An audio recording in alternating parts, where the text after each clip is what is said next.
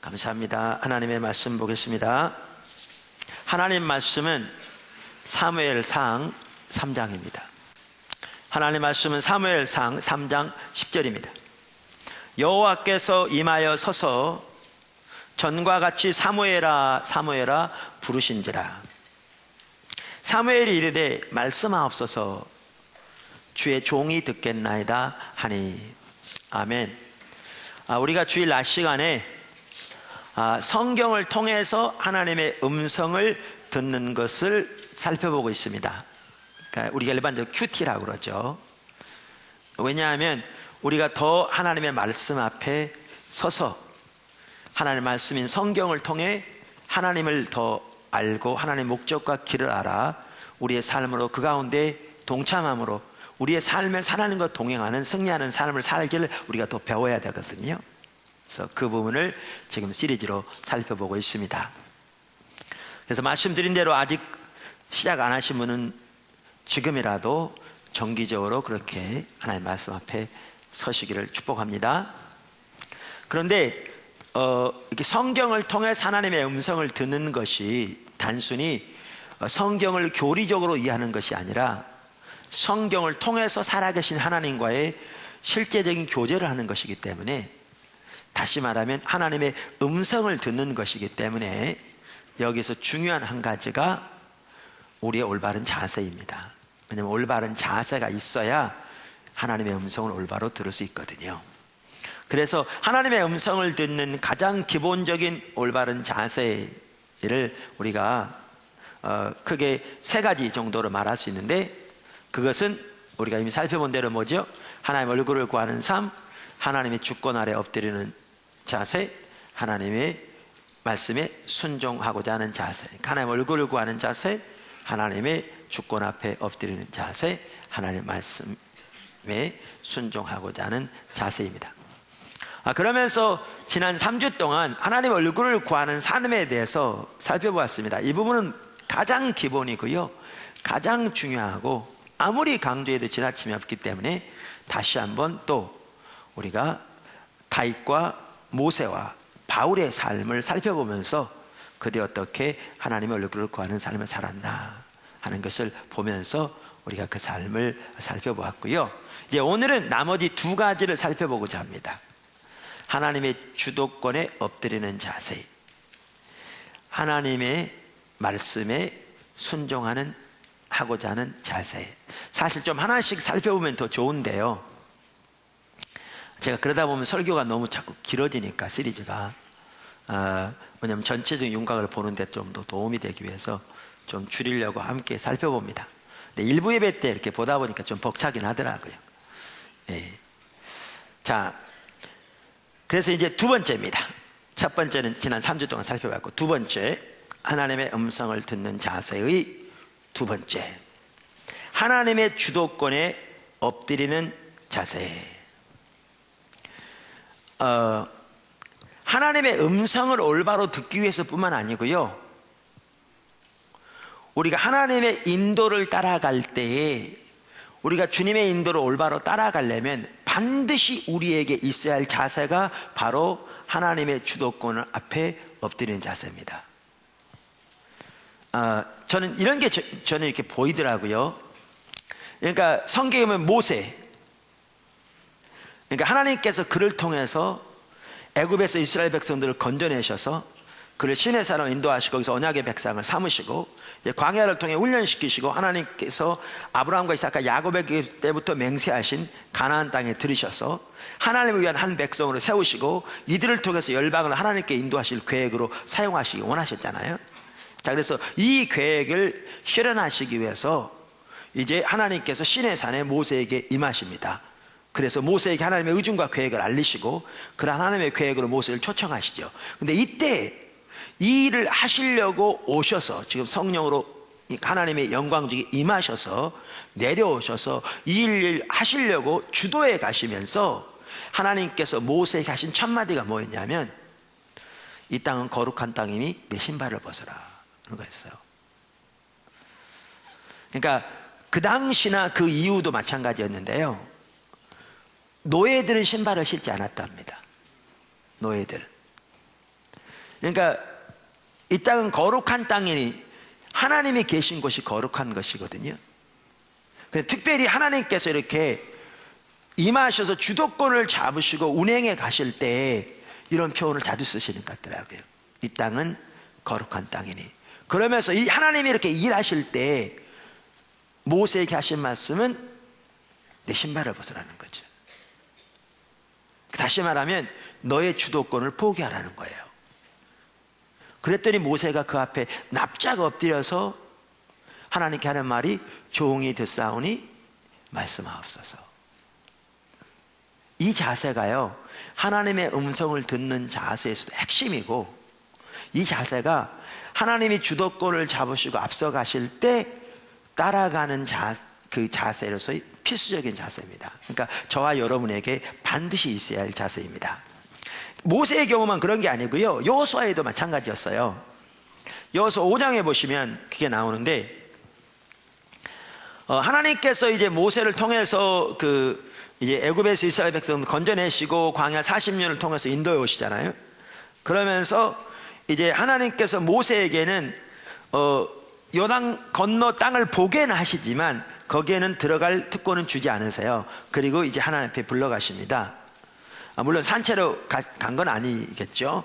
하나님 앞에 가는데, 그런데 이제 이 다음은 여호수아를 통해서 인도하시죠. 그래서 여호수아를 통해서 이스라엘 백성들을 이제 가나안 땅을 건너서 앞에 여리고성이 있고요, 이제 이 여리고성을 시작으로 해서 하나님께서 아브라함 때부터 말씀하신 그 가나안 족속들을 하나님의 하나님의 능력으로 다 몰아내고 이들을 이 땅을 차지해서 하나님께서 백성의 유업으로 주시려고 그러는 거죠. 그러면서 이제 이 일들을 시작할 시점입니다. 이 시점에 하나님 그 여호수아에게 어떤 일이 있었냐면 하나님의 군대 장관이 오신 거죠. 군대 장관이 오신 겁니다. 여기 한번 5장 13절부터 한번 보실래요? 성경을 같이 보시면 도움이 더 될 줄로 믿습니다. 여호수아가 여리고에 가까이 이르렀을 때에 눈을 들어 본즉 한 사람이 칼을 빼어들고 마주 서 있는지라. 여호수아가 나아가서 그에게 묻되 너는 우리를 위하느냐 우리의 적들을 위하느냐 하니 그가 이르되 아니라. 그러니까 우리말 성경에는 그냥 아니라 이렇게 되어 있는데요, 영어 성경에 보면 이 말이 뭐라고 되어 있냐면 둘 다 아니라 이렇게 되어 있어요. neither 이렇게 되어 있어요. 그러니까 이 말을 보면 하나님의 주도권에 엎드린다는 말이 무슨 뜻인가를 좀 더 알 수 있거든요. 그러니까 지금 여호와의 군대 장관이 왔는데 여호수아가 우리 편이냐 아니면 원수의 편이냐 그랬더니 둘 다 아니라 그러면 그게 무슨 뜻이냐는 거죠. 그러니까 이 말의 의미를 알려면 그 여호수아의 질문을 보면 알아요. 그러니까 여호수아는 이런 거거든요. 지금 서 있는데 어떤 사람이 칼을 들고 서 있다고요. 앞에 서 있으니까 하는 말이 그 말이죠. 당신은 우리 편입니까 원수 편입니까? 그러니까 이 말은 당신이 우리의 원수라면 내가 싸워주겠다, 먼저 리더로서, 이 말이고, 당신이 우리 편이라면 와서 우리를 도우라, 그 말이죠. 다시 말하면 지금 하나님이 자기를 리더로 세우셔서 자기 중심으로 이스라엘 백성들을 인도하여 지금 가나안 땅에 들어가는데 지금 이 여리고성부터 시작해서 점령하여 이 땅을 차지해야 할 이 중대한 임무를 두고 있는데, 당신이 하나님이 보내신 우리를 도우러 온 분이라면 와서 우리를 도와서 이 일을 능히 이루어지게 하라, 그 얘기죠. 근데 여호와의 군대 장관이 아니라, 그 말은 무슨 말이냐면요, 그 뜻이죠. 원수 편이 아니란 말은 당연하죠. 이 말은 너희 편도 아니란 말은 이 뜻이죠. 내가 너를 도와서 이 전쟁을 이기게 하려고 오지 않았다, 그 말이죠. 그럼 뭐 때문에 왔느냐? 나는 여호와의 군대 장관으로 왔느니라. 다시 말하면 내가 이 전쟁을 주관하러 왔다는 말이죠. 그러니까 네가 이 전쟁의 사령관이고 내가 너를 도와서 이 전쟁을 이기게 하려 온 게 아니라 내가 이 전쟁을 치를 사령관으로 왔다 그 말이죠. 그랬더니 여호수아 그 앞에 납작 엎드리거든요. 그러니까 하나님 그 군대 장관이 하신 말씀이 뭐예요? 이 땅은 거룩한 땅이니 내 신발을 벗어라. 똑같아요. 하나님이 지금 주도권을 잡으시고 일하고 계시다 그 말이죠. 근데 따라가려면 내 주도권을 내려놓고 내 앞에 납작 엎드려야 한다. 그랬더니 여호수아가 엎드려서 하는 얘기가 뭐죠? 종이 듣사오니 말씀하옵소서. 이 자세입니다. 이게 우리가 배워야 할 자세입니다. 성경에 보면요, 일반 천사들은 절대로 예배를 받지 못합니다. 그러니까 사도행전에 보아도 그렇고 요한계시록에 보아도 그렇고요, 때로는 사도들에게, 하나님의 사람들에게 천사가 나타나요. 그러면 하나님의 천사를 본 사람들은 가끔 그런 경험을 한다고 그러는데 저는 한 번도 천사를 보지 못해서 제 육안으로는 저는 개인적인 경험을 말씀드릴 수 없고요. 근데 이렇게 천사를 본 사람들은 성경에 보면 하나님의 영광이 있고 함께하는 부분이 있나 봐요. 그러니까 많은 경우에 엎드려 절하려고 하는, 그럴 때마다 천사들은 절대 절을 받지 못합니다. 항상 말립니다. 나는 너희와 똑같은 종이라 하나님을 예배하라 이렇게 말하죠. 근데 성경에 보면 하나님 백성들의 예배를 받는 천사가 있습니다. 이 천사가 여호와의 사자라고 번역된 겁니다. 사자라고 번역된 말은 천사란 말인데 The angel of the Lord란 말이죠. 근데 이 경우에는 그래서 보통 천사와 달라서 이 경우에는 영어 성경 같은 경우 많은 경우에 대문자를 씁니다. The angel 할 때 대문자를 씁니다. 그러니까 아브라함에게 오셔서 솔로몬 멸하실 것을 아브라함에게 알리시고 아브라함이 드리는 이 제사를 받으신 이 천사가 바로 그 천사입니다. 그리고 뭐죠? 야곱에게 나타나셔서 야곱과 싸워서 그의 환도뼈를 부러뜨리되 야곱이 놓지 않고 메어달리니까 야곱의 이름을 이스라엘로 바꾸신 그 천사가 바로 이 천사입니다. 그리고 그 천사가 지금 여기 여호수아 앞에 섰습니다. 근데 성경에 보면 이 천사는 예배를 받을 뿐만 아니라 성경에 보면 이 천사를 만난 것을 성경은 하나님을 만났다고 얘기합니다. 그러니까 뭐죠? 그 야곱의 경우에도 성경에 보면 하나님과 싸워 이긴 자라고 말하고 있잖아요. 그래서 이 천사는 일반 천사가 아닙니다. 이 천사는 하나님이 오신 겁니다. 그래서 일부 학자들은 성육신하기 전에 예수님이 아닌가 이렇게 말하기도 합니다. 어찌됐든 간에 이 천사는 다른 천사와 다릅니다. 이 천사는 하나님이 오신 겁니다. 그런데 하나님이 군대 장관으로 여호수아 앞에 오신 겁니다. 다시 말하면 하나님이 칼을 들고 지금 이스라엘 백성 앞에 진두지휘하며 그 일을 차지하게 하기 위해서 오신다 그 말이죠. 하나님이 앞서가셔야 하나님 뜻이 이루어지거든요. 근데 이렇게 하나님이 앞서가실 때 하나님의 백성들에게 요구되는 자세는 지금 여호수아처럼 신발을 벗고 납작 엎드려 종이 듣사오니 말씀하옵소서 라고 주 앞에 엎드리는 바로 그 자세입니다.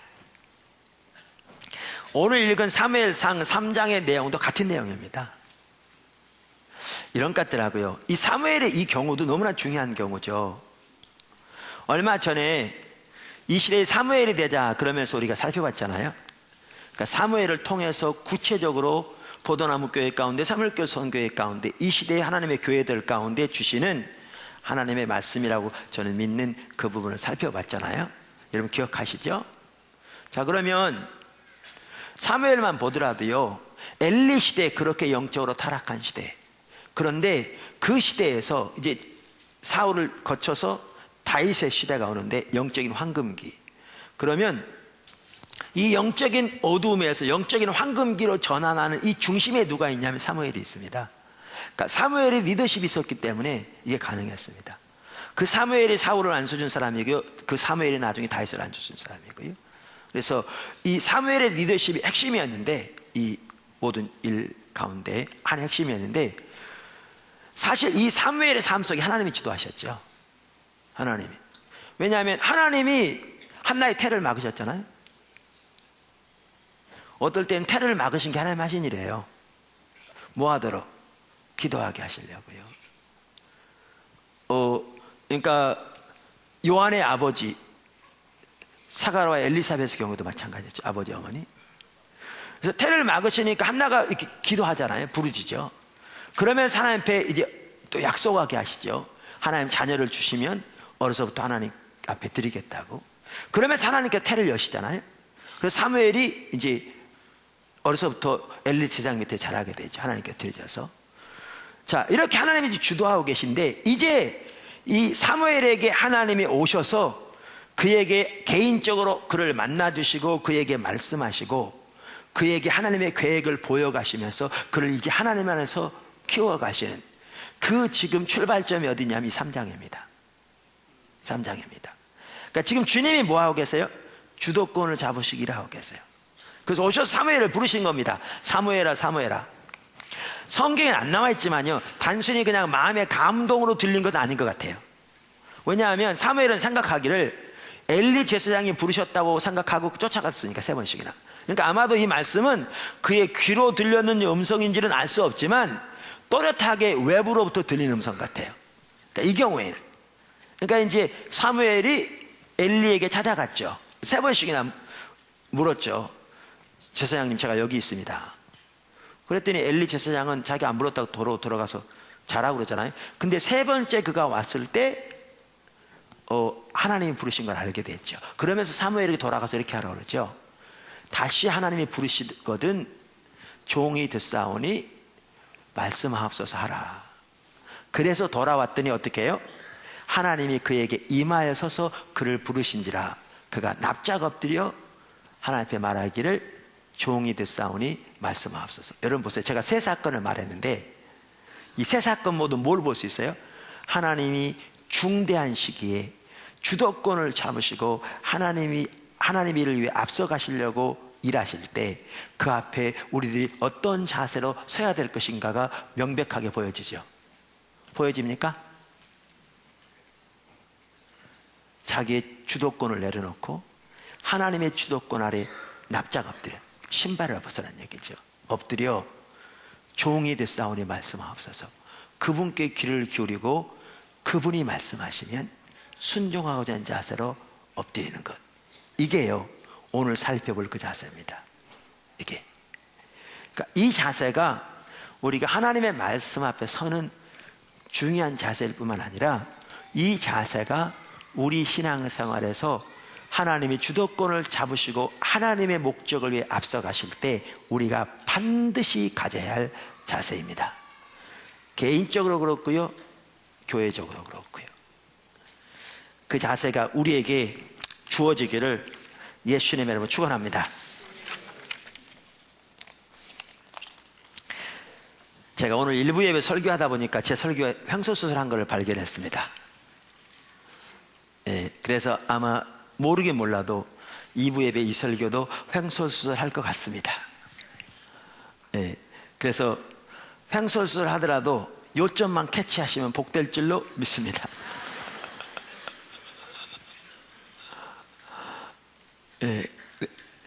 자, 그래서 우리가 하나님 앞에 어떻게 주도권 아래 엎드리는 자세를 가져야 되는 것을 살펴봤죠. 근데 이것을 제가 적용하면서 하는 얘기인데요. 왜냐하면 그 부분을 나누고 싶었어요. 이건 개인적으로 뿐만 아니라 교회적으로도 이 자세를 가져야 되는데, 우리가 주님을 따라갈 때 이 자세가 반드시 필요한 또 한 가지 적용되는 부분이 지금 우리가 이 시점에서 교회면 교회로서 반드시 가져야 할 자세더라고요. 그래서 제가 그걸 적용하느라고 욥의 예를 들었어요. 적용하기 위해서. 욥의 예. 여러분 욥 잘 아시죠? 성경에 보면 욥은 동방의 의인이었다 그러잖아요. 또 하나님이 그의 삶 속에 이렇게 많은 그의 소산의 축복을 주셔서 예쁜 아내에다가 그야말로 귀한 아들들 줄줄이 낳고 거기다가 재산도 많았어요. 그런데 사단이 하나님 앞에 서서 욥을 고소한 거죠. 시험하게 해달라고 요청한 거예요, 하나님 앞에. 그러니까 하나님이 저렇게 잘해주니까 욥이 하나님 섬긴 거 아니냐. 그러니까 하나님이 사단에게 욥을 시험할 고난을 허락합니다. 성경에 보면 사단도 하나님이 주권하에 있거든요, 결국은 궁극적으로는. 그래서 허락하는데 다른 건 다 모든 건 건드리되 목숨만 못 건드리게 해요. 아시죠? 그랬더니 어떤 일이 있었느냐. 욥기서 1장에 보면 나오지만 하루아침에요, 욥의 모든 재산이 다 강탈됩니다. 야, 이거 우리가 그냥 말을 들어서 그렇지, 만약에 우리가 그렇다면 어떻겠어요? 우리 회사 하루아침에 부도나고 우리의 집 한꺼번에 다 빼앗기고 우리가 완전히 하루아침에 알거지게 됐다, 다 이렇게. 이거 정말 힘든 일이잖아요. 가난한 사람이 그래도 힘든데 부자였다 그래도 더 힘들죠. 근데 거기서 멈추지 않고요, 하루아침에 자기 자녀들이 동시에 죽임을 당합니다. 그러니까 자녀가 먼저 죽으면 부모는 자녀를 마음에 묻는다고 그러잖아요. 근데 병을 오랫동안 시름시름 앓다가 세상을 떠나도 그게 정말 힘든데, 아무런 일 없이 멀쩡하던 아이가 갑자기 어떤 사고로 세상을 잃으면 정말 힘들잖아요. 정말. 사실 당해본 분이는 알죠. 우리가 가까이 계시는 이승준 목사님, 우리 큰아이가 오래전에 교통사고로 세상을 떠났는데 그분이 그러더라고요. 우리 여러 사람이 있는데 자기 몸의 모든 수분이 눈물로 빠져나가야 눈물이 그칠 것처럼 안 그치더라고 그러더라고요.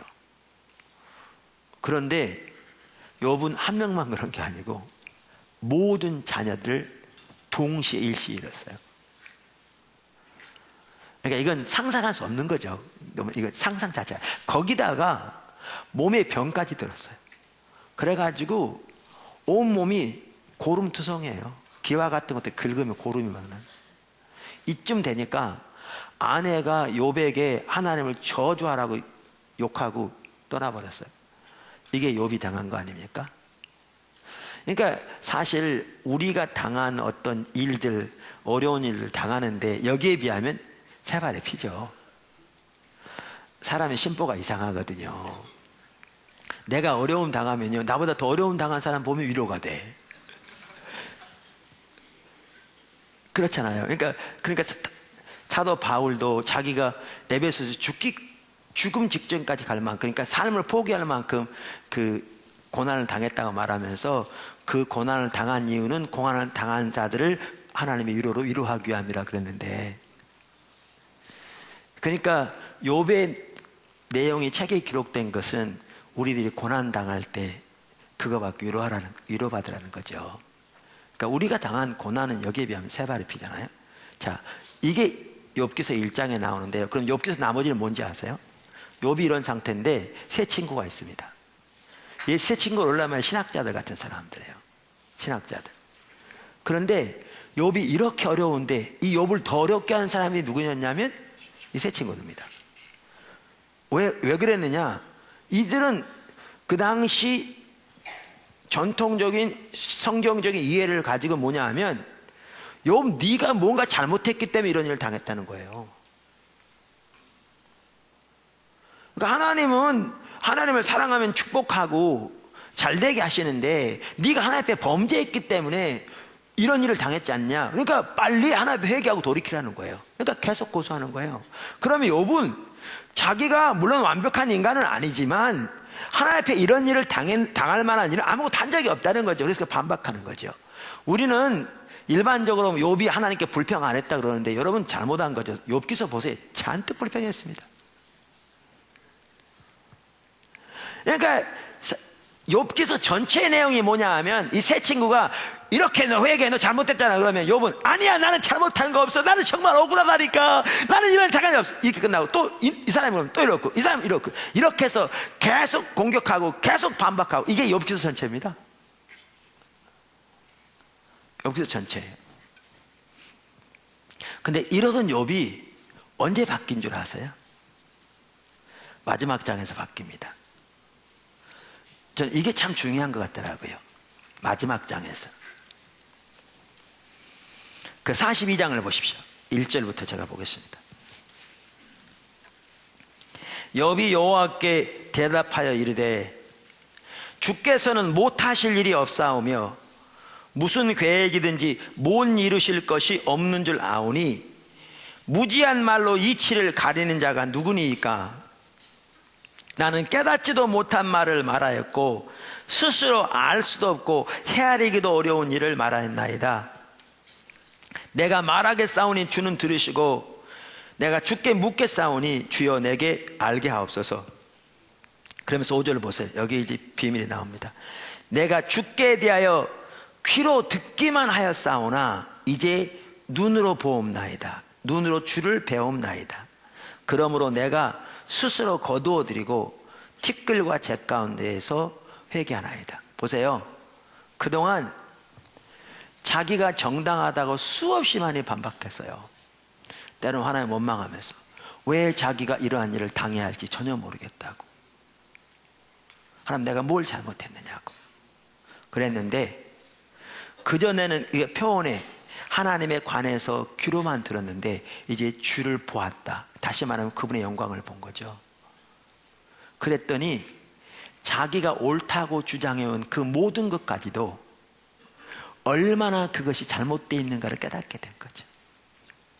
자기가 이치도 알지도 못하는 말을, 무슨 말인지 그 뜻도 모르는 말을 짓거린 것에 불과했다고 말하면서 자기가 옳다고 자기를 변호했던 말까지도 너무나 어리석고 너무나 미천한 잘못된 것임을 깨닫고 그 모든 것을 거두어들이고 제 가운데 앉아 회개한다고 말하죠. 주님의 영광을 보니까 이게 그의 삶의 전환점입니다. 이렇게 보여지니까요, 이제 그의 삶이 회복되기 시작합니다. 그래서 하나님이 새로운 아내를 주시고 자녀들 다시 축복하시고 다시 주셔서, 그리고 그 모든 재산도 다시 하나님께서 돌려주시고요. 여기에 중요한 게 있습니다. 이렇게 하나님의 영광을 보고 그렇게 했다고 그러는데 여기에 뭐가 포함되어 있느냐 하면, 다른 사람이 자기를 반박하고 고소할 때에 그들이 한 게 잘못일지라도 자기가 반박하고 그들을 이렇게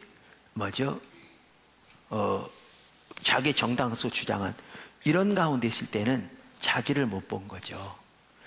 근데 사람들이 어떠한 상관없이 자기가 하나님의 영광을 보니까 자기가 옳다고 주장했던 것마저도 얼마나 어리석은 것이었나 깨닫게 된 거죠. 이런 것처럼 우리가 하나님 앞에 설 때 이렇게 자신이 하나님을 구해서 서야 합니다.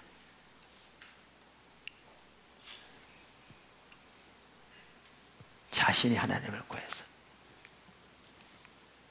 무슨 말인지 좀 캐치가 덜 될 수 있어요. 깨닫게 되기를 축복합니다.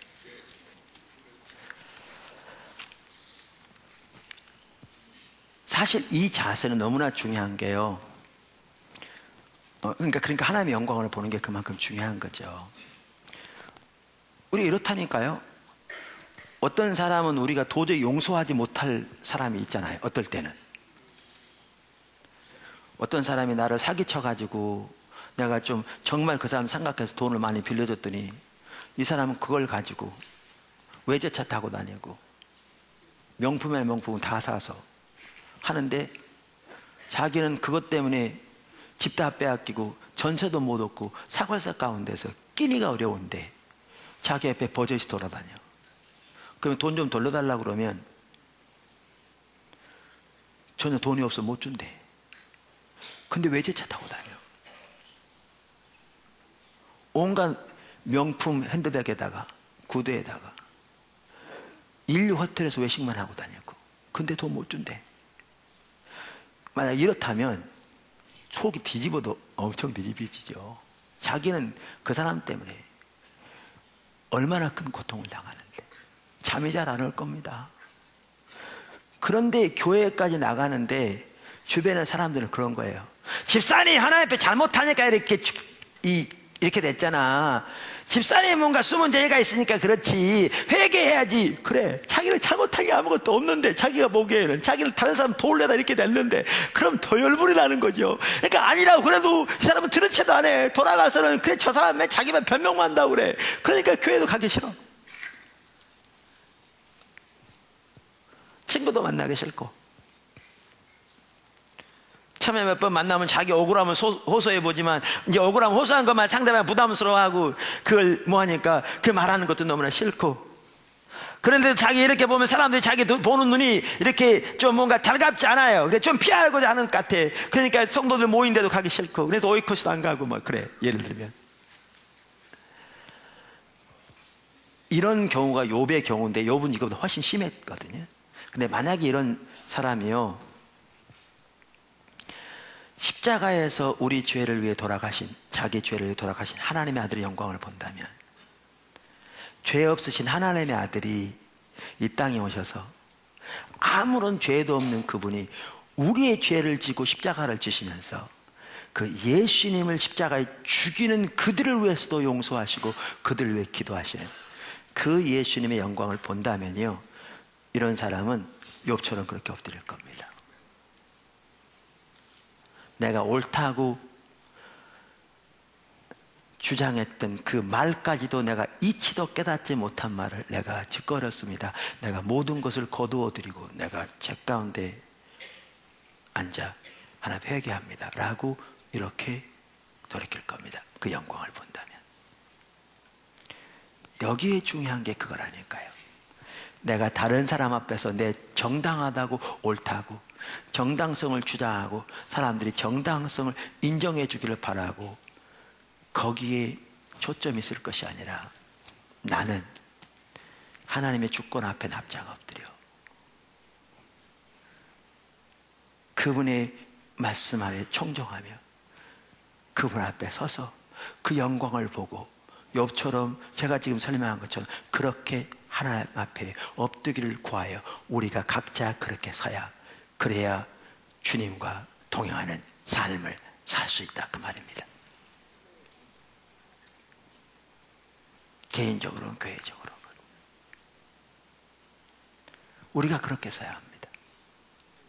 교회적으로 우리 자신이 먼저, 그래야 승리하는 삶을 살 수 있고, 그래야 하나님께서 우리를 통해서 우리 가운데 행하시기를 원하시는 하나님의 일들이 이루어질 수 있습니다.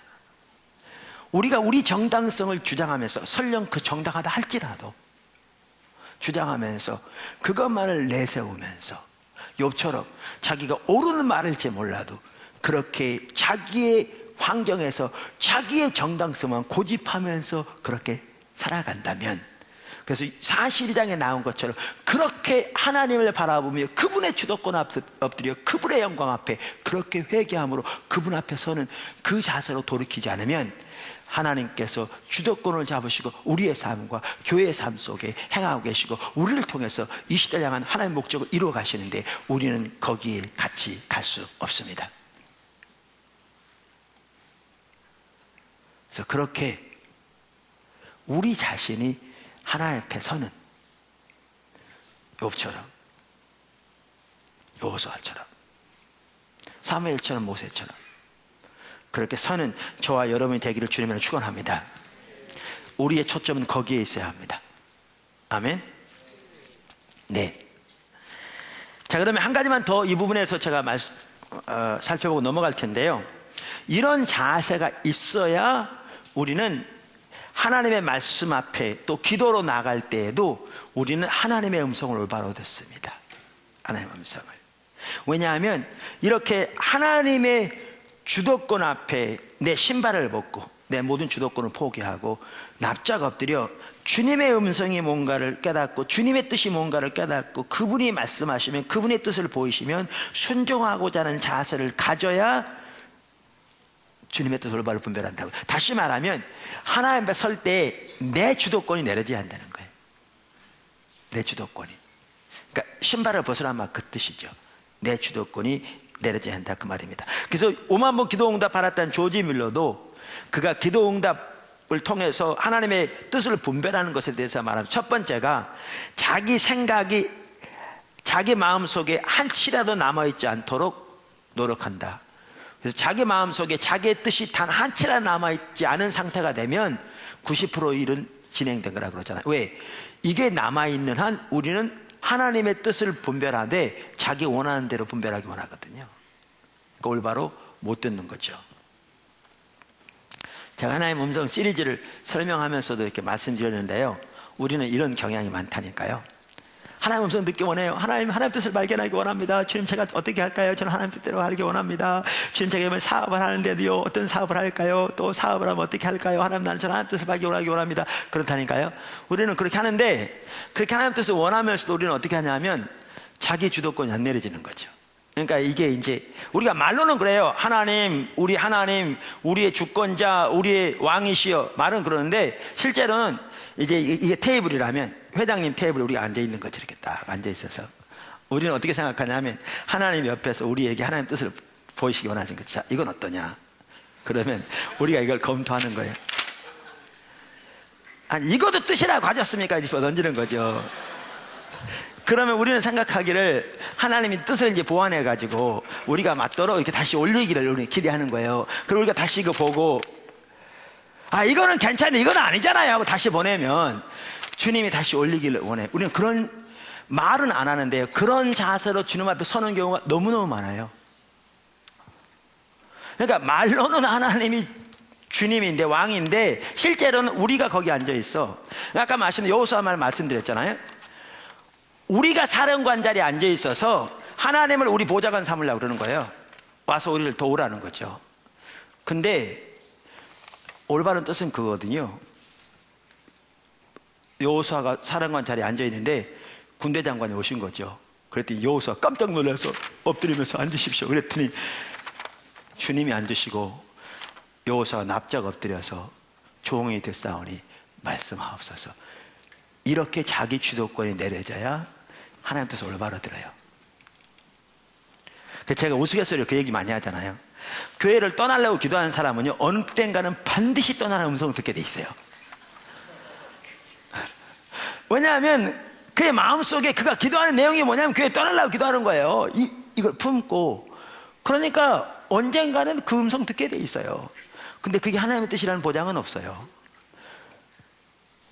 보장은 없어요. 그러니까 하나님의 음성을 올바로 들으려면 자기 주도권을 내려놔야 돼요. 근데 이 배후에는 뭐가 있느냐 하면 하나님에 대한 믿음이 전제되어 있어요.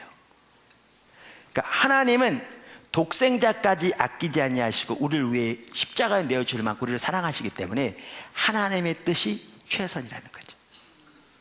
최선. 하나님은 전능하시기 때문에 하나님이 명령하신 것은 능히 이루실 수 있는 분이라는 거죠. 하나님은 전지하신 분이기 때문에 그분의 뜻은 가장 온전한 거죠. 그리고 하나님은 신실하신 분이기 때문에 그분이 약속하신 것을 반드시 이루시는 거죠. 그러면 우리가 주님의 주도권 앞에 납작 엎드려서, 여호수아처럼 사령관 자리에 주님이 앉으시고 그 앞에 납작 엎드려서 종이 듣사오니 말씀하옵소서 엎드리는 것은 하나님의 뜻이 이렇게 가장 최선이고 가장 온전하는 사실을 인식하고, 그리고 하나님은 능히 그 하나님의 뜻을 하나님의 능력으로 이루실 수 있는 능력이 있으신 분이시며 그것을 신실하게 이루실 분이라는 것을 신뢰하기 때문에 그렇게 엎드리는 거죠. 그런 자세를 가지고 주님 앞에 엎드릴 때 주님께서 우리에게 주의 뜻을 보이십니다. 아멘. 그래서 주님의 주도권을 앞에 엎드리는 거고요. 두 번째, 나머지 세 번째, 참 오늘 두 번째 시작했으니까 큰 세 번째요. 세 번째, 아까 뭐라고 그랬죠? 하나님의 음성을 들으려면 순종하고자 하는 자세를 가져야 한다 그랬습니다. 제가 오늘 설교를 준비하다가요, 오늘 이 설교를 준비하다가 그렇지 않아도 제가 지난주에 이렇게 하나님의 말씀을 묵상하면서 제 눈에 뭐가 보였냐면 순종의 중요성이 보이더라고요.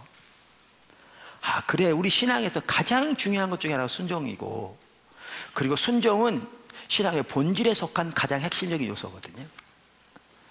그래서 그 부분을 좀 나누는 게 좋겠다 싶었어요. 왜냐하면 그게 이렇게 눈에 이렇게 보여지더라고요. 보여지고요. 그래서 제가 그 부분을 살펴보고, 그러면 어떻게 하나님 앞에 나갈 때, 하나님의 말씀 앞에 설 때건 기도로 나갈 때건 더 나아가 우리의 신앙생활에서건 하나님 앞에 서야 될 것인가가 보여지는 것 같더라고요. 제가 누구의 예를 들려고 그러냐면요, 솔로몬의 예를 들려고 그래요. 솔로몬. 그러니까 다윗에게 주신 약속인데, 하나님이 다윗에게 그 다윗의 삶 속에 놀라운 역사를 행하실 뿐만 아니라 솔로몬에 대해서 놀라운 약속을 주시거든요. 그게 어디 나오냐면요, 역대상 17장에 나옵니다. 17장에 그 역대하에도 보면 그런 게 있죠. 15장에 보면 아사와 그 당시 유다 백성들에게 하나님 말씀하시기를, 너희가 여호와와 함께하면 여호와가 너희와 함께 하실지라, 너희가 그를 찾으면 그가 너희의 만난 바 되시고, 반대로 너가 그를 버리면 하나님께 너희를 버리시리라. 그랬더니 아사가 어떻게 했어요? 마음 뜻과 성품을 다해 하나님 찾기로 맹세하고 찾지 않은 자 다 죽이겠다고 그랬고, 그래서 온 유다 백성이 하나님을 간절히 찾음에 그곳에 뭘 주셨다? 평안을 주셨다. 이렇게 제가 이렇게 역대하를 보니까요, 그러니까 역대하만 하더라도 신앙의 본질적인 부분이 잘 나와 있더라고요. 신앙의 본질적인 부분이. 자, 그래서 언젠가 한번 그런 생각을 했어요. 내가 역대하를 한번 쭉 읽어봐야겠다. 한번 이렇게 묵상해봐야겠다. 그러면 신앙의 본질적인 부분을 거기서 잘 말하고 있을 것 같더라고요. 그래서 제가 신명기서를 다 보고, 그 다음에 출애굽기서를 전체적으로 이렇게 묵상하면서 하나님 귀한 부분을 많이 보이시더라고요. 그래서 그 다음에 제가 역대상하를 보기 시작했어요. 물론 역대상하는 그전 때보다 좀 중단한 게 있었는데, 근데 처음에는요, 이게 정말 재미없더라고요. 처음에 역대기잖아요. 누가 누구를 낳고, 부모 이름 누구고, 아들은 누구고, 뭐 딸은 누구고 막 나오는데 나하고 무슨 상관이에요. 그 이스라엘 역사에나 중요할지 몰라도 그게 한국에 사는 나에게 누구를 낳았다는 게 뭔 상관이 있어 나하고. 근데 그래도 이제 인내를 가지고, 하나님께서 분명히 여기 그 역대상하에 보면 신앙의 본질적인 부분이 분명히 나올 것 같은데, 그 핵심적인 부분이 나올 것 같은데, 제가 인내를 가지고 이제 읽기 시작했어요. 근데 아니나 다를까 역대상 역대하에 정말 소중한 하나님의 길들이, 거기 본질이, 우리가 말하는 신앙의 본질이 정확하게 나와 있더라고요. 우리가 말하는 기도에 대한 것도 나오고요, 정말 귀하게. 근데 그 중에 하나가 하나님께서 다윗에게 주신 그 언약이었어요. 다윗에게 주신. 한번 보시죠. 역대상 17장. 이 부분은 그 전에도 살펴봤던 구절이에요. 근데 제가 이걸 쭉 읽어보다 보니까요, 특별히 더 그게 보여지는데, 이게 하나님이 다윗에게 주신 핵심적인 언약 중에 하나였습니다. 역대상하에 나오는 17장. 사실 1절부터 살펴보면 제일 좋아요. 근데 시간이 많지 않잖아요. 그러니까 제가 11절부터 읽겠습니다. 우리 성도들은 참 그 인내가 있어서 좋은데, 예배를 2시간 이상 드리면서 시간이 없다고 그러니 말이 되냐, 그럴 수 있는데, 이건 우스갯소리인데요, 제가 외부에 집회 가면서 그걸 느꼈다니까요. 요즘 성도들이 교회에서 하나님의 말씀을 듣는 시간이 전혀 훈련이 안 돼 있어요. 그러니까 이런 것 같아요. 주일날 설교를 기껏 해봐야 30분 남짓. 근데 그것도 성경 한두 절 읽고 많은 예화를 통해서, 또 집회 같은 데도 하면 재미있는 얘기만 많이 해서 어떻게든 성도를 재미있게 해서 오게 하는, 이렇게 하다 보니까, 그렇게 하기를 한두 달 한 게 아니라 1년, 2년, 10년, 20년 이렇게 있다 보니까 하나님의 말씀 앞에 자신을 비춰보며 서는 훈련 자체가 안 돼 있어가지고요, 하나님의 말씀을 집중적으로 1시간만 살펴봐도 견디지를 못하는 게 시대였더라고요.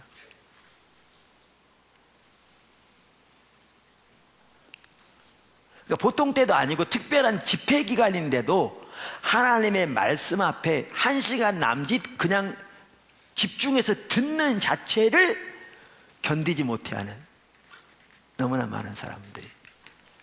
제가 그걸 보면서, 야, 정말 이 시대가 옆으로 가버렸다, 그게 보였어요. 정말 심각하더라고요. 심각하더라고요.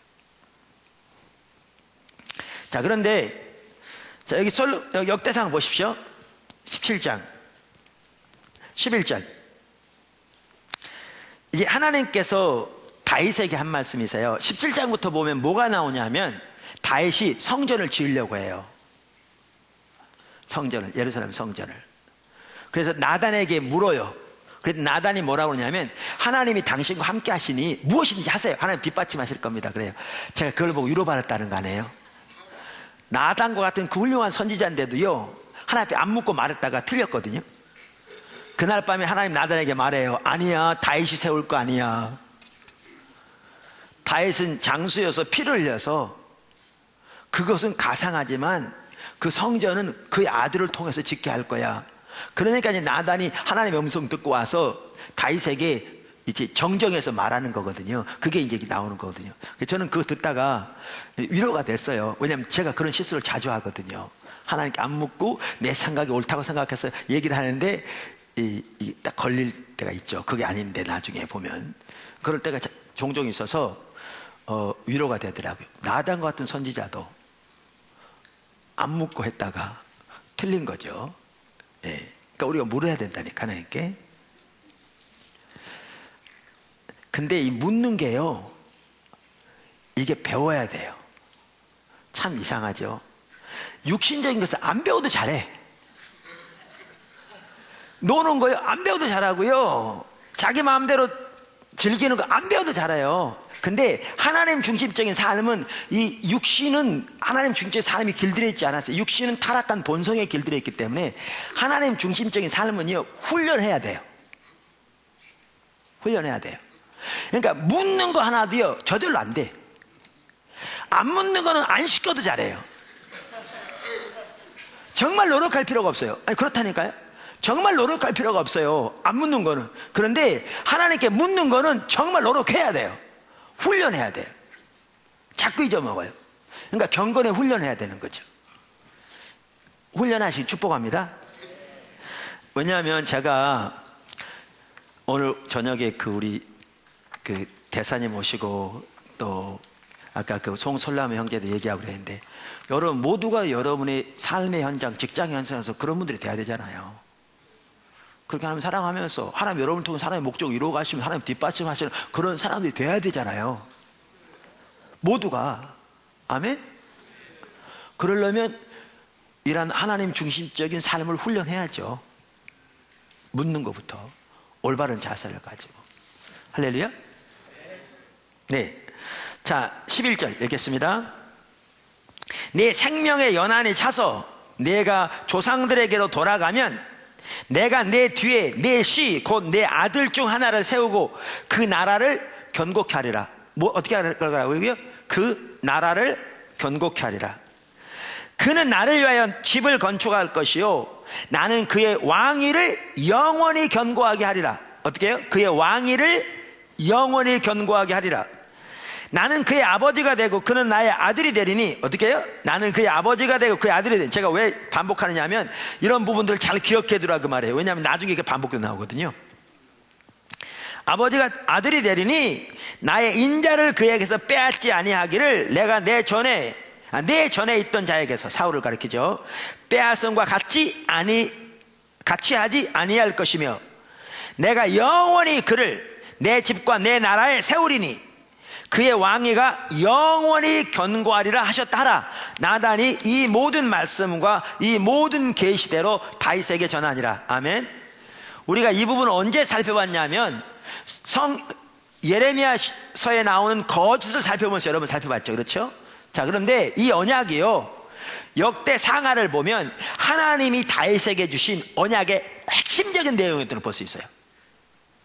여러분 전체를 보니까 더 크게 보이더라고요. 왜냐하면 이게 언약의 근간이었어요. 그리고 성전을 지으려 할 때 이 언약을 주셨고요, 이게 성전과 밀접한 관계가 있고요, 다윗의 왕조와 밀접한 관계가 있고요, 이 언약을 나중에 보시면 반복적으로 강조해요. 그만큼 중심 언약이었어요. 중심 언약. 그러니까 다윗만 하더라도 이 언약을 반복적으로 강조합니다. 역대상에 나와 있어요. 자, 17장 보실래요? 17장. 죄송합니다. 그 17장 금방 읽었죠? 그랬더니 그 17장 16절 그 아래 보시면 이렇게 하나님께서 나단의 나단을 통해 주신 말씀을 전하니까 16절에 그렇죠. 다윗 왕이 여호와 앞에 들어가 앉아서 이르되 여호와 하나님이여 내가 누구이오며 내 집이 무엇이기에 나에게 이에 이르게 하셨나이까. 너무나 은혜가 크다는 거죠.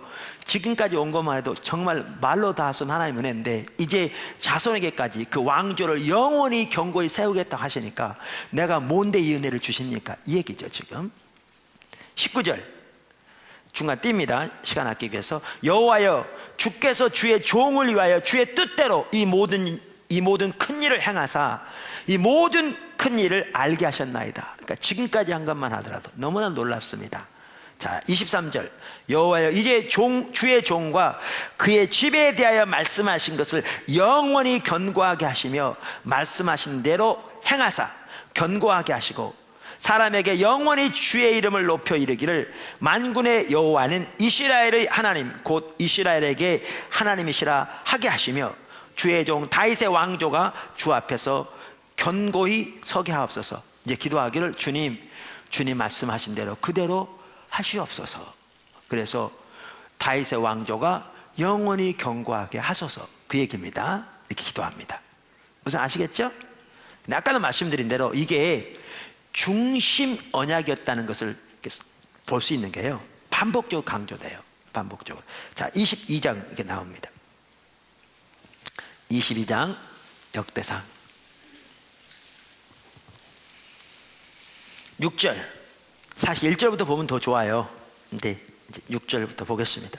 다윗이 그의 아들 솔로몬을 불러 이스라엘 하나님 여호와를 위하여 성전 건축하기를 부탁하여, 이제 이르되 그 말이죠. 그러니까 성전 건축하기를 부탁하는 거예요. 그러면서 반복적으로 나온 말이 그 말이에요. 내가 지으려 했는데 하나님이 나를 막으시고 언약을 주시기를 너를 통해서 하게 하신다고 하셨다. 그러면서 그 언약을 전하는 거예요. 9절 보세요. 보라, 한 아들이 내게서 나리니 그는 온순한 사람이라. 지금 솔로몬을 두고 하시거든요. 가장 먼저는 내가 그로 주변 모든 대적에게서 평온을 얻게 하리라. 여러분, 평온 얻게 한단 말이 무슨 말이에요? 샬롬. 이게 샬롬이에요. 평강. 그러니까 성경에 말하는 평강은 단순히 마음을 평안한 게 아니라 하나님의 생명이, 통치가 삶의 전체 영역에 함께 하심으로 그들의 삶의 영역에 하나님의 생명이 넘치는 걸 말해요.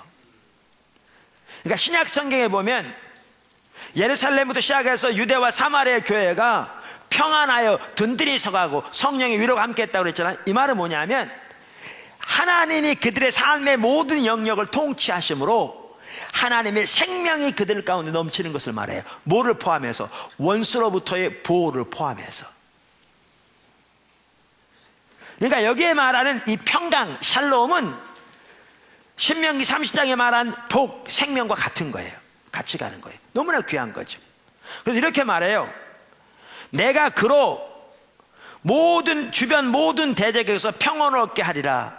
그의 이름을 솔로몬이라 하리니 이는 내가 그의 생전에 평안과 샬롬과 안일함, 우리말에 안일함이니까 좀 그런데 영어로 NIV에 quiet 그랬더라고요. 그러니까 아까 말한 그런 안정이라는 거죠. 안정을 이스라엘에게 줄 것임이니라. 그가 내 이름을 위하여 성전을 건축할지라. 여기 보세요. 그는 내 아들이 되고 나는 그의 아버지가 되어 그 나라 왕위를 이스라엘 위에 굳게 세워 영원까지 이르게 하리라 하셨나니. 자, 여기 보시면 지금 여기서 반복하고 있는 예언이 어떤 예언입니까? 아까 17장에서 하나님이 나단을 통해 다윗에게 주신 그 언약을 지금 반복하고 있습니다. 그렇죠. 그만큼 이 언약이 남방 유다 왕조의 근간이었습니다. 근간이었습니다. 사실은 북방 이스라엘 포함해서 근간이었는데 나중에 갈라져 나가버리죠. 근간이었습니다. 자, 그러면서 이제 28장을 보면 아주 중요한 말이 나옵니다. 28장에 넘어가시면요, 28장 1절부터 보시면 다윗이 그 당시에 이스라엘의 모든 리더들을 다 예루살렘 소집합니다. 우리가 연합 리더 모임이 있는데요, 각 분야의 리더들을 모여서 연합 리더 모임이 있는데 지금 다윗이 이스라엘 연합 리더들을 모은 겁니다. 군 관계 리더들, 관료들, 이런 모든 그 리더들을 모읍니다. 1절부터 보시면, 그러면서 그들에게 뭐를 다시 말하느냐면 성전을 지을 것을 말하면서 또 하는 얘기가 그 얘기입니다. 내가 성전을 건축할 마음이 있었고 성전을 건축할 재료까지 다 준비했는데 하나님이 내게 말씀하실 너는 성전을 지을 자가 아니야, 너는 피를 많이 흘려서 내가 지을 것이 아니야, 그러면서 솔로몬이 지을 거라 하라면서 이 약속을 지었다. 그러면 아까 그냥 다시 말합니다. 누구에게? 그 모든 리더들에게. 여기 5절부터 보겠습니다. 5절.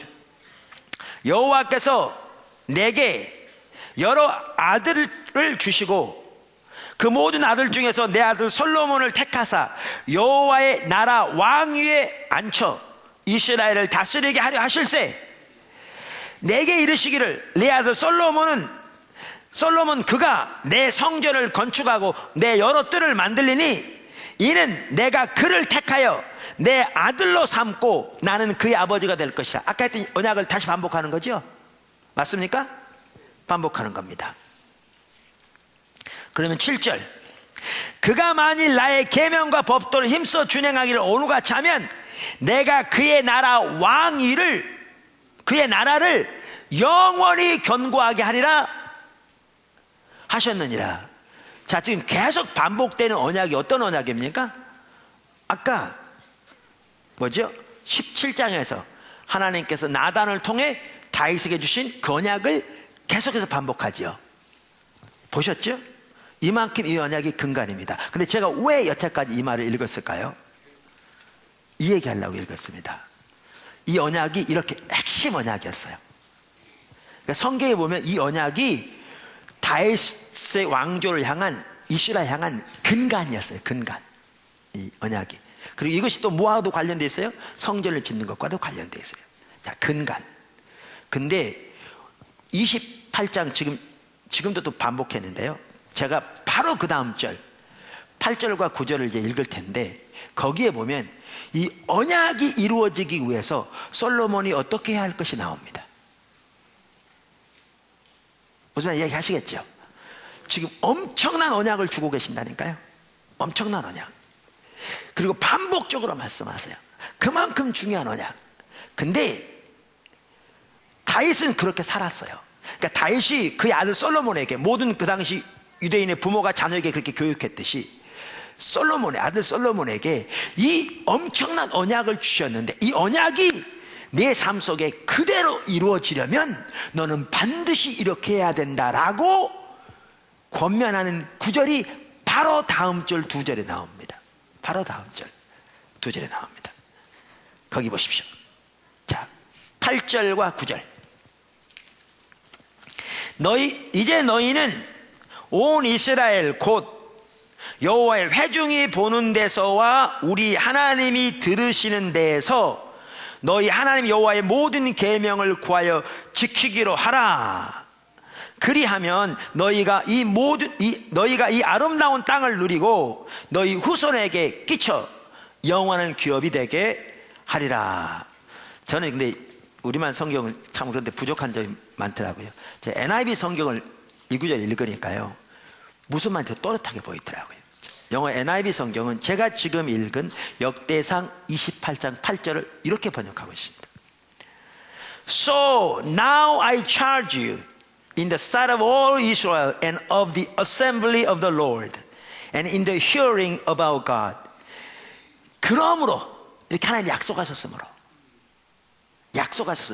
그러므로 이제 내가 내게 명령한다. 누게? 솔로몬에게. 모든 이스라엘과 여호와의 회중의 눈앞에서 그리고 하나님의 듣는 가운데서 내가 내게 명령한다. 지금 이 약속이 이루어지기 위해서 명령하는 거예요, 솔로몬에게. 근데 이 명령이 얼마나 중대한 명령인가를 강조하기 위해서 여호와의 회중의 눈앞과 하나님이 들으시는 앞에서 내가 명령한다 이렇게 말하는 거예요. 그 취지를 아시겠죠? 이게 정말 중요한 명령이다 그 뜻이잖아요. 그러면서 하는 첫 마디가 뭐세요? 명령한다. 그러면서 첫 마디가 뭐냐 하면 Be careful to follow all the commands of the Lord your God. 너희 하나님 여호와의 모든 명령을 따르기를 주의해야 할지니라. 이렇게 말해요.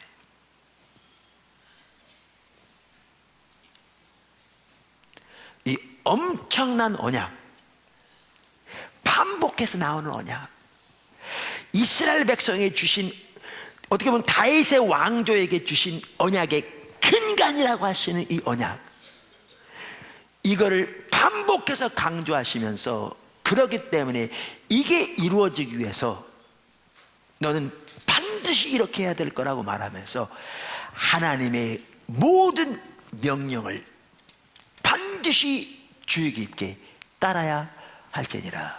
이렇게 말한다니까. 근데 그 다음 절 보세요. 이제 그 다음 28절은요, 우리말 성경도 나름대로 잘 번역되어 있어요. 이렇게 나와요. 내 아들 솔로몬아, 너는 내 아비의 하나님을 뭐하고? 여보세요. 너무나 내 하나님 여호와 하나님 어떻게 하고? 알고. 우리 신앙의 본질이 뭐라고요? 하나님 아는 거라고요. 하나님 아는 거라고요. 지금 여기서 이 언약이 이루어지기 위해서 모든 회중과 하나님의 듣는 앞에서 솔로몬에게 지금 아버지가 아들로서 명령하기를 내 아비의 하나님 여호와를 알고 온전한 마음과 기쁜 뜻으로 섬길지니라. 그러면서 여호와께서는 모든 마음을 감찰하사 모든 의도를 아시나니 내가 만일 그를 찾으면 만날 것이요 만일 내가 그를 버리면 그가 너를 영원히 버리시리라. 이제 보이십니까? 이게 보이셔야 돼요. 그 엄청난 언약을 반복적으로 말씀하시고 난 다음에 이게 근간인데, 이게 이루어지기 위해서 솔로몬에게 모든 그 이스라엘 리더들 앞에서 하나님의 듣는 앞에서 명령한다고 말하면서 사도 바울이 솔로몬에게 강력하게 명령한 말은 제가 말하는 신앙의 본질 가운데 거하라는 거였어요.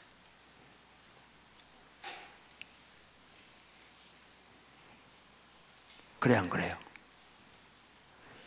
여호와를 알고 힘을 다해 그분을 찾으며 자원하는 마음과 힘을 다해서 그분을 섬길지니라.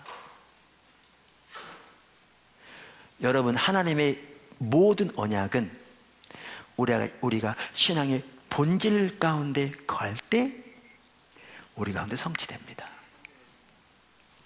본질 가운데 거할 때.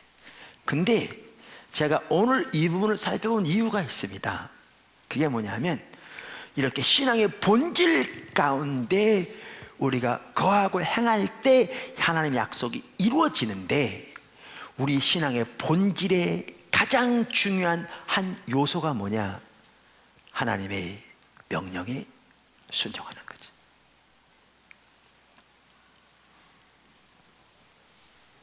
하나님의 명령에 순종하는 겁니다. 보이십니까?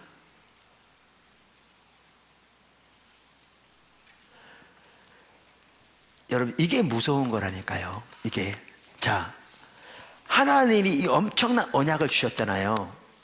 근데 지금 보면요, 제가 거짓신앙 책이라든가 십자가 복음에 이렇게 이런 구절을 썼는데 정확하게 하나님 인도하셨던 것 같아요. 제가 그 당시만 해도 역대 전체를 역대 상하를 읽고 하지 않았거든요. 핵심적인 부분들을 그랬는데, 역대 상하를 보더라도요, 너무나 정확하게 아까 다윗에게 주셨던 그 언약이 지금 이제 보면 근간을 이루는 걸 볼 수 있어요. 그래 안 그래요? 근데 이게 뭐하고 연결되어 있어요? 성전 짓는과 연결되잖아요. 그러니까 여러분, 예레미야 시대에는 어땠느냐면 이들이 이 언약을 믿었잖아요. 이게 근간의 언약이잖아요. 그리고 그 당시에는 거기에 뭐가 있었어요? 그 바로 예루살렘 성전이 성대하게 서 있었잖아요. 그리고 거기에서 엄청난 제사가 드려지고 있었잖아요. 그러니까 우리가 이미 살펴본 대로 선지자, 제사장, 율법사, 서기관 할 것 없이 모든 종류의 리더들이 작은 자부터 큰 자까지 총체적으로 이러한 하나님의 언약의 근거에서, 그리고 바로 하나님이 자기 이름을 영원히 두시겠다고 맹세하신 예루살렘 성전에서 우리 하나님께 성대한 예배를 드리기 때문에, 그것을 토대로 그 성경에 말한 대로 하나님이 이 나라에 평강을 주실 겁니다. 하나님이 이 왕조를 영원히 보존하실 겁니다. 하나님이 이 나라를 모든 열방으로부터 지키실 겁니다 라고 전했다고요. 성경에 약속되어 있으니까. 근데 하나님은 예레미야를 보내서 그 모든 그들이 전하는 말이 거짓말이라고 그랬다니까요. 너희는 무익한 거짓말을 믿지 말라. 무슨 말 이해되세요? 그러니까 그 당시 사람들은 예레미야 말이 이해가 안 되는 거죠. 그 예언에 하나님이 다윗에게 주신 언약의 그 핵심과 근간이 이건데, 그리고 그것이 성전과 관련돼 있고, 이렇게 그렇기 때문에 그 성경의 기초에서 모든 종류의 리더들이 그렇게 강력하게 성경의 기초에 전하는데 그걸 거짓이라고 그러니까 이해가 안 되는 거죠. 근데 오늘 본문을 보아도 우리는 알 수 있죠. 이 언약을 말하면서 다윗이 모든 회중과 하나님 앞에서 명령하기를, 그런 거로 너는 여호와 하나님을 알아라. 그분만을 섬기라. 그분의 모든 명령에 순종하라. 그분을 찾으라. 근데 예레미야 시대는 이 신앙의 본질에서 떠나 있었죠.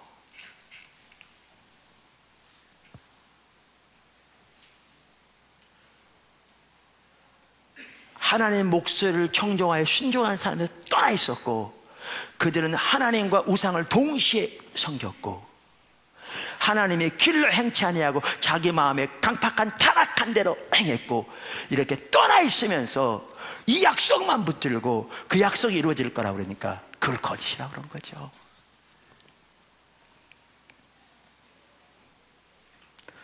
그래서 여러분 이 28장만 하더라도요, 제가 시간 없으니까 넘어가면 집에 가서 읽어보세요. 쭉 아래 내려가 보시면 다윗이 직접 그래요.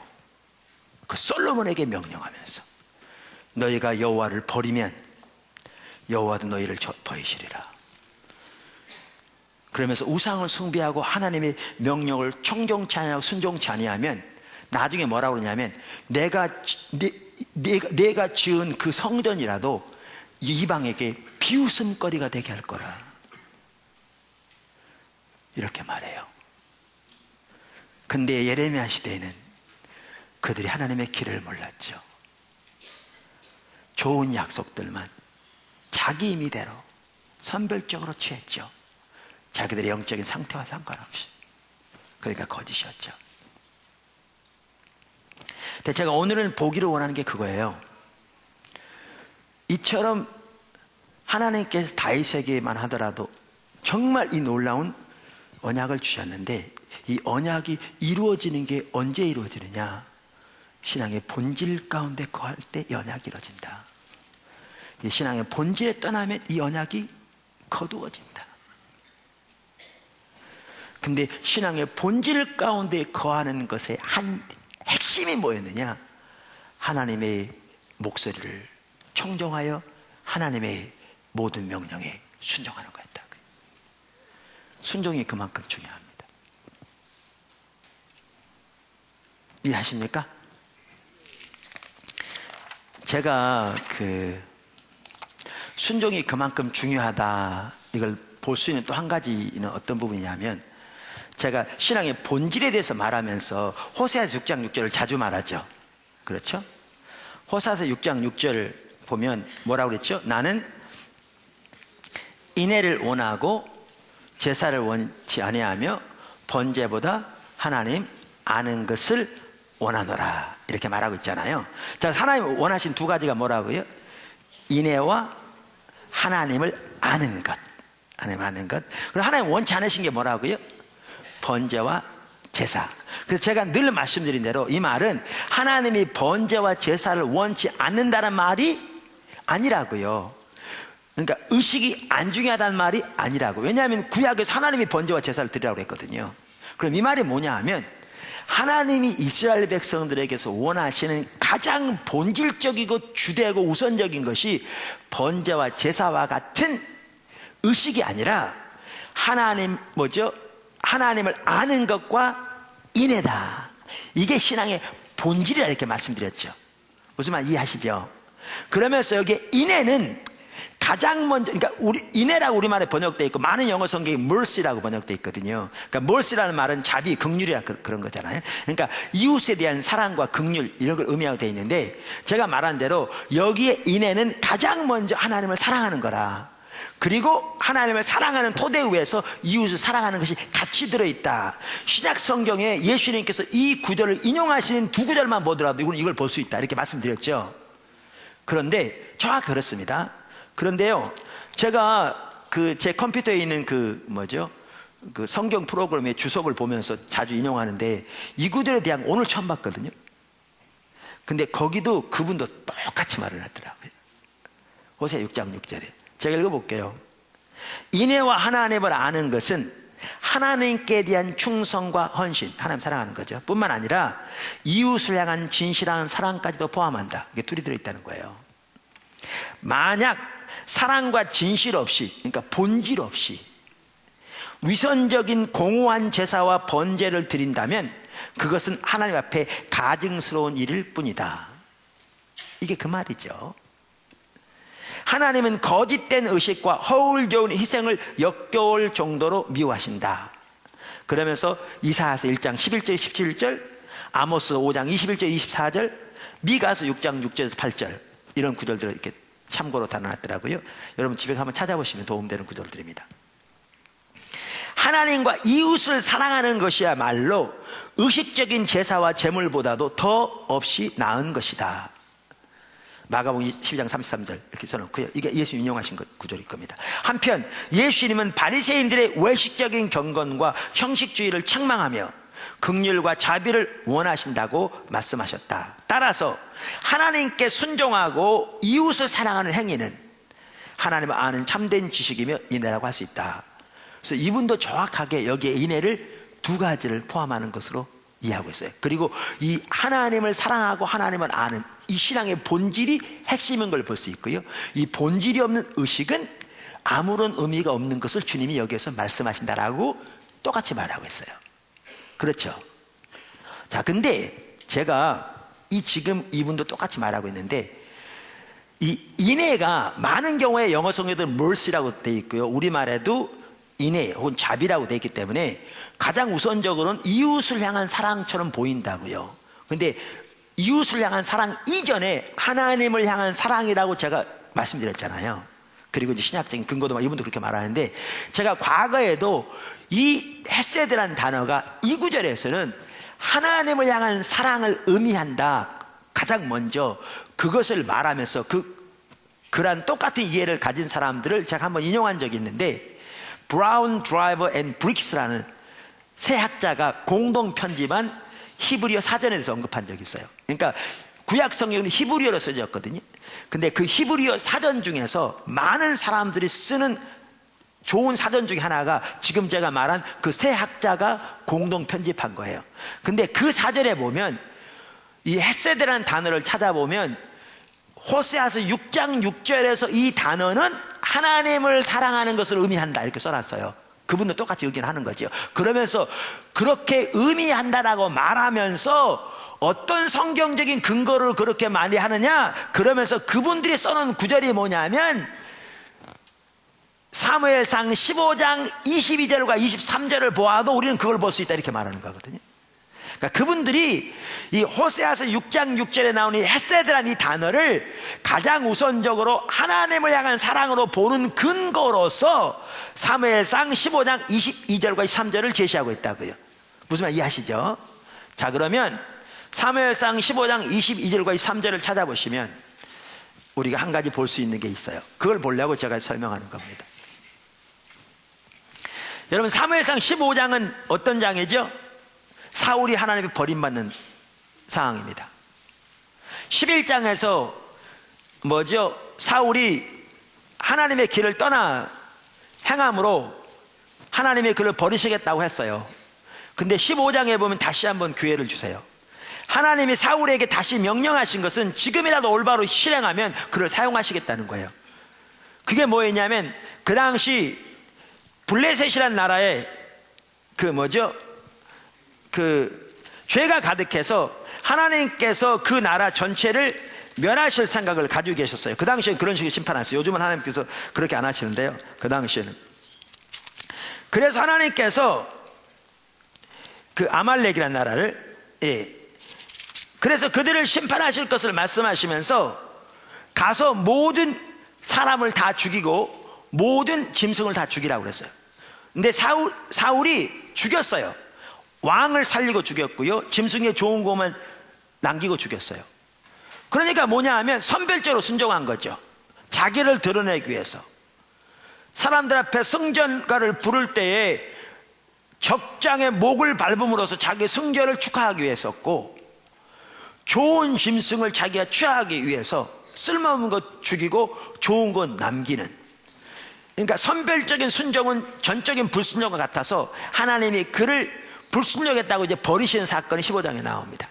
근데 가서 사무엘을 통해 하나님이 직면하시니까 사울이 하는 말이, 아니 난 사실 이거 하나님께 제사 드리려고 한 겁니다.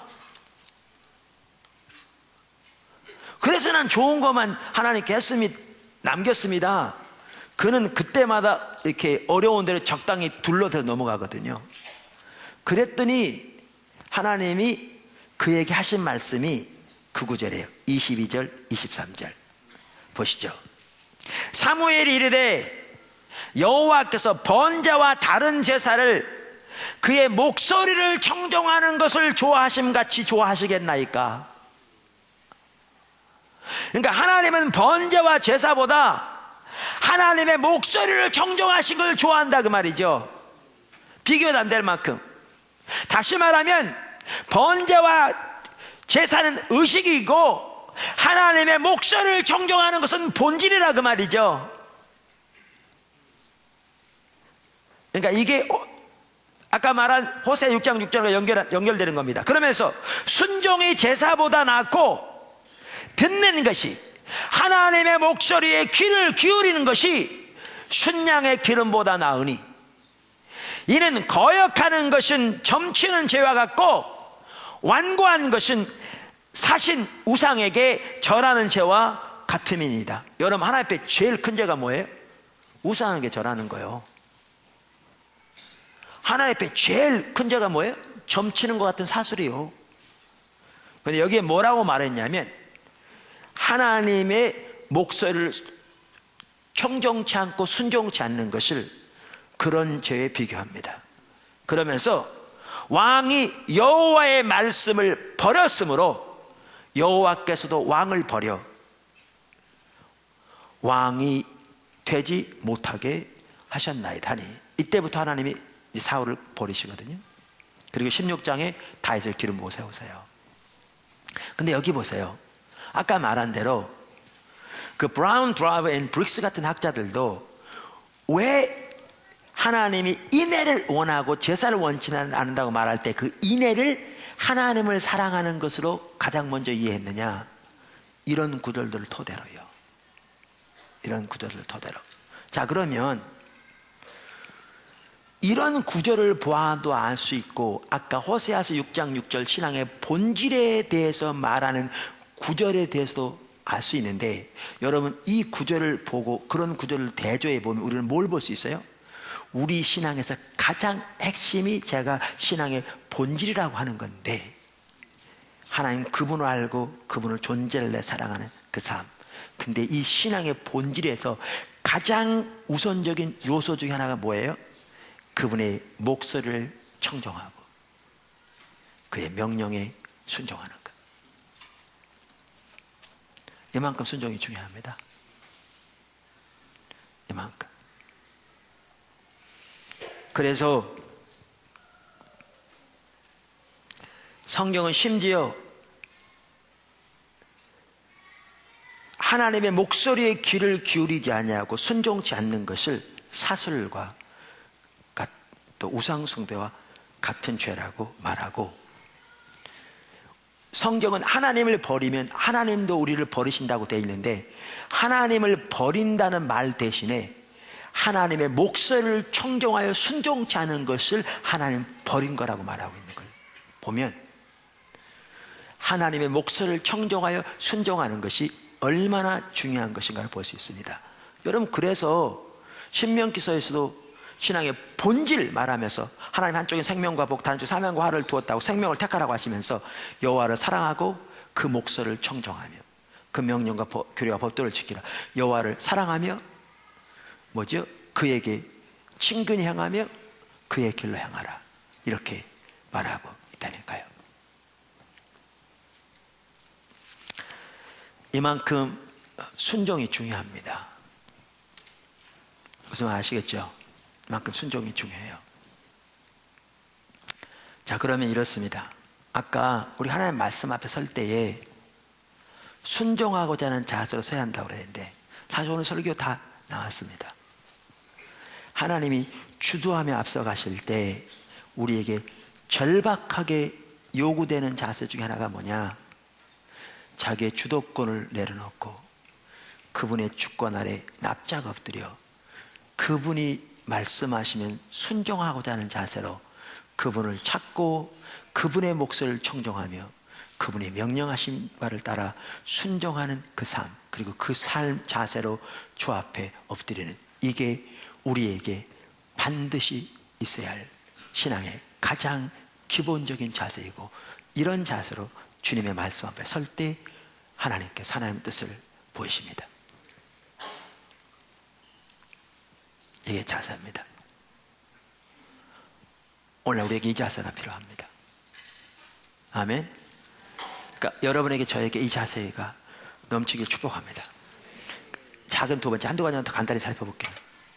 작은 두 번째, 그러니까 큰 세 번째 순종하고 자세 아래 작은 두 번째입니다. 첫 번째, 순종이 이만큼 중요하다고 그렇게 살펴봤고요. 작은 두 번째, 하나님을 사랑하는 것과 순종. 근데 이렇게 순종이 중요한데 내게 순종이 어려우면 뭐가 문제인가 하는 거죠. 내가 하나님 명령에 순종하는 게 부담이 되고 어려우면 뭐가 문제냐는 거죠. 어려우면. 이것을 잘 보여주는 구절이 요한복음 14장입니다. 예수님이 직접 하신 말씀입니다. 여러분 성경을 보시면 훨씬 좋겠습니다. 요한복음 14장을 한번 찾아보시죠.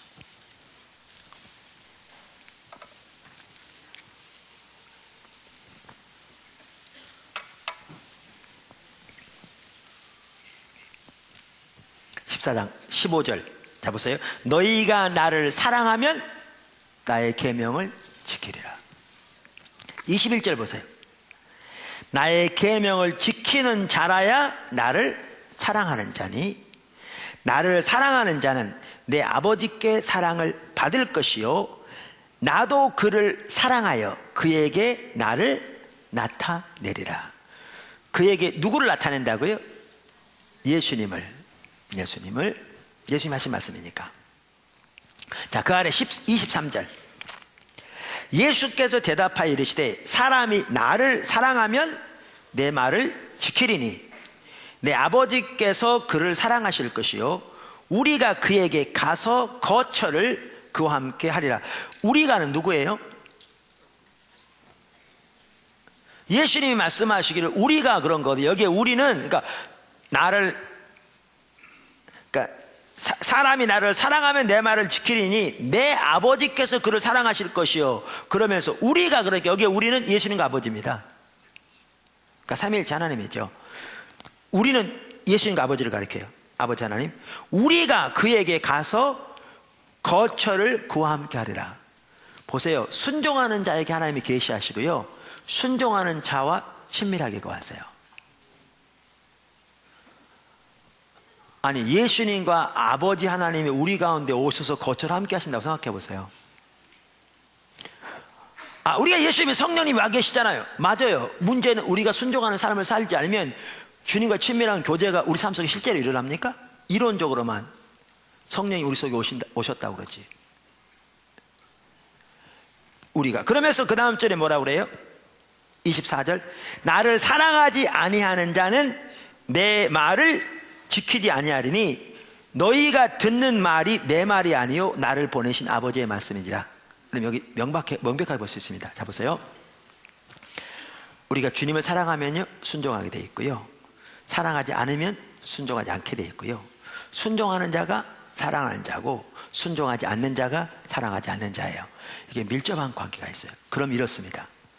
저와 여러분이 순종에 지금 문제가 있다면, 하나님의 말씀에 순종하는 것이 부담스럽고 하나님의 말씀 순종만 생각해도 머리가 아프고 순종하려면 뭔가 싫고, 그렇다면 나는 지금 하나님을 안 사랑하고 있는 겁니다. 하나님을 사랑하지 않기 때문에 그렇습니다. 그러니까 순종에 문제가 있다면 하나님과 관계에 문제가 있는 걸 의미합니다. 또 하나, 그럼 순종에 문제가 있다면 어떻게 해야 되느냐? 내가 순종하는 게 어렵다면 하나님과의 사랑의 관계에서 멀어졌다는 걸 의미하기 때문에 해결책도 순종하라고 당연히 더 노력해야 되지만 여기에 포커스를 맞춘다고 해결되지 않고요, 내가 하나님 그분을 알고 그분을 존재를 다해 사랑하기를 추구해야 합니다. 거기 가야 순종의 문제가 해결됩니다. 그러니까 신앙의 본질의 가장 근본적인 하나의 핵심이 순종이고요, 그래서 하나님을 알고 존재를 다해 주님을 사랑하기를 추구하고 그분의 얼굴을 구하는 대로 가야, 그래야 순종이 가능합니다. 그리고 이 순종 가운데 행해야 하나님의 유업이 우리에게 넘칩니다. 제가 오늘 오전에 일부 예배 때는요 이걸 좀 살펴보려고 노력을 했어요. 근데 시간은 안 되고 내가 보기에는 성도들이 요점은 알긴 했겠는데 좀 행설술한다고 생각할 수도 있겠어요. 제가 그래서 이 시간에는 안 살펴보고요, 딱 한 구절만 그냥 언급할게요. 혼동 덜 되게 해서. 무슨 얘기냐면, 하나님께서 나단을 통해 다윗에게 이렇게 명령하시고 다윗이 여러 차례 이렇게 솔로몬에게 말했잖아요. 제가 역대하를 보다 보니까요, 솔로몬이 처음에는 정말 옳게 시작했더라고요. 나중에 기회 되면 제가 솔로몬의 삶을 한번 살펴볼게요. 하나님이 솔로몬에게 나타나신 것만 2번 나타나셨고요, 그리고 그때는 그의 신앙이 정말 옳았어요. 옳게 시작했어요. 근데 여러분 잘 아시다시피 솔로몬은 옳게 시작했다가 잘못 끝난 사람입니다. 솔로몬 시대 그 엄청난 부, 정말 말로 할 수 없는 부, 금이 돌 같았으니까 그 부는 다윗 시대에 하나님과 다윗이 동행한 그 열매를 주신 겁니다. 솔로몬이 옳게 시작했는데 부강해지면서 이방 여인들을 아내로 삼고 첩으로 삼으면서 그들의 우상이 같이 들어왔어요. 성경에 보면요, 애굽 왕의 딸이 아내였습니다. 애굽이 조공을 바쳤고요. 이거는 그 당시에 얼마나 그 작은 유다 나라가 이스라엘이 부강했는가를 볼 수 있습니다. 그런데 이제 솔로몬 시대부터 기울기 시작했어요. 그러니까 영적으로. 그리고 나라가 나눠질 걸 말하지만 하나님이 다윗 때문에 솔로몬 시대에는 그리 안 이뤄질 거라고 말했어요. 다윗 때문에 그때를 보호해 준 거예요. 그리고 솔로몬이 죽자 나라가 반쪽 나요. 그리고 10개 지파는 따로 떨어져 나가버리고 딱 2개 지파만 나와요. 그 솔로몬은 르호보암 때에. 그리고 이걸 보니까요, 이게 참 어떻게 보면 직면하기가 싫더라고요, 인간적으로도. 그러니까 역대하 같은데 8장 9장 같은데 보면 그 솔로몬 시대에 하나님이 주신 그 놀라운 그 보, 생명, 그것과 이제 아까 말 르호보암 시대에 애굽에서 쳐들어와가지고 보아 다 빼앗아 가버리고 나라가 이렇게 쇠락의 길로 가는데 12장에 나오는데 뒤는 더 그렇죠. 12장과 8장을 비교해봐도 이걸 보기 싫을 만큼, 그냥 읽는 것도 싫은, 어떻게 나랑 이렇게 한꺼번에 이렇게 가나 싶어서 대조해보면, 이때는 뭐 금으로 방패를 만들어가지고요, 이거 다 빼앗기고 노수로 만든 것만 남은 대신한 이런 상황인데, 이렇게 갔는데요. 저는 그 구절을 말한다고 믿는데, 그 모든 그 문제의 원인을 단 한마디로 그 르호보암 시대에 표현한 게 전 이거라고 생각합니다. 저는 그게 한마디로 표현한 거라고 생각하거든요. 그게 뭐냐 하면,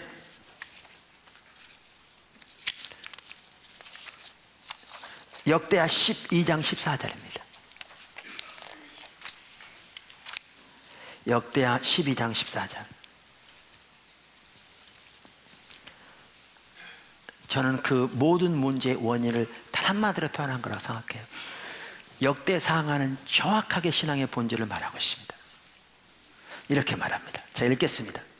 르호보암이 악을 행하였으니 이는 그가 여호와를 구하는 마음을 굳게 하지 아니하였음이었더라. 이것도 번역이 좀 성이 안 차요. 영어 NIV 성경이 이렇게 번역하고 있어요. He did evil. 그는 악을 행했다. Because. 악을 행했어요. 왜 악을 행하게 되었느냐?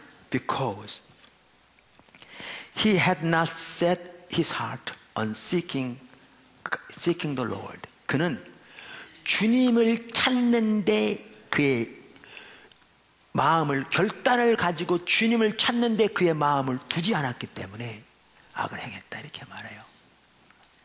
보이세요? 그 모든 근원이 어디서부터 시작된 줄 아세요? 그가 결단을 가지고 그의 마음을 하나님을 찾는 데 두지 않았기 때문에 그는 쇠퇴하면서 결국 악을 행하고 주의 길을 떠나고 그렇게 된 겁니다. 그렇게 된 거예요. 어떻게 보면 이 한 구절이 그 당시 영적인 쇠락의 근본 원인을 단 한마디로 다 요약하고 있어요. 그러니까 아까 다윗이 모든 이스라엘 리더들 앞에서, 하나님의 듣는 앞에서 솔로몬에게 명하기를 한 말이, 네가 여호와를 찾으면 그가 너의 만남바 되시고 너가 그를 버리면 그도 너를 영원히 버리시리라, 이렇게 말씀하시잖아요. 우리에게 순종이 어렵다 그러면 하나님과 관계가 문제 생긴 겁니다. 순종이 어려운 자체가 근본적으로 하나님과의 올바른 관계에서 떠나 있는 것에 대한 가장 근본적인 증거입니다.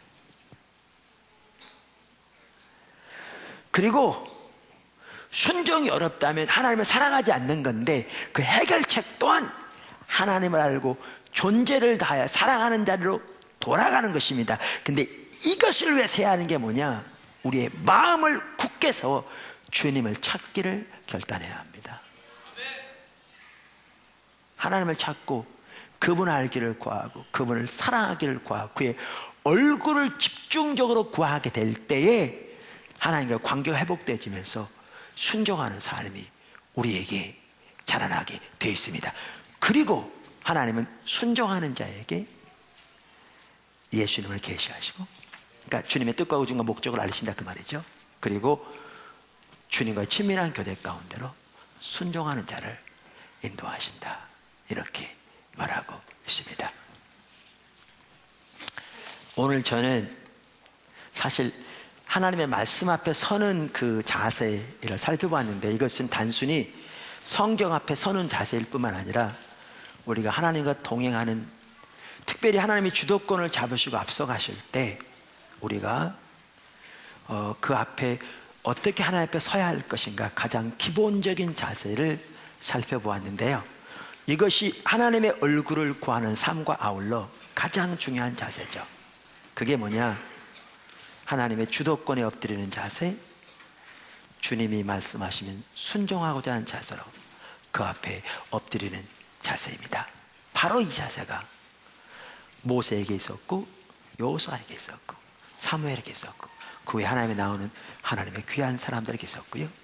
그들이 그 자세를 가지고 주 앞에 엎드렸기에 하나님이 주도권을 잡으실 그 시대에 하나님의 목적을 이루어 가실 때 그들이 그 하나님의 영광을 위해서 하나님과 동행하며 쓰임받는 삶이 될 수 있었습니다. 저는 포도나무교회 모든 지체들이 그 삶을 살게 되고 축복합니다. 교양에 신앙생활 하는 거 다른 데 가서 1시간 예배 드리면 빨리 끝나고 집에 갈 텐데 이놈의 교회는 예배만 해도 2시간 많이 돼가지고 이렇게 느리고, 다른 데 가면 재밌는 얘기도 많이 하고 새로운 정보도 많이 정해서 들어가면 지식적으로 욕구도 충족되는데 이놈의 교회는 오기는 맨날 똑같은 얘기만 맨날 하는 것 같고, 그런 삶을 사는데 교양이면 여러분 삶의 현장에서 이렇게 하나님과 동행하며 승리하는 삶을 살아야 본전에 빠질 거 아닙니까? 시간을 투자한 본전이라도 있을 거 아니에요. 아멘. 기도하겠습니다.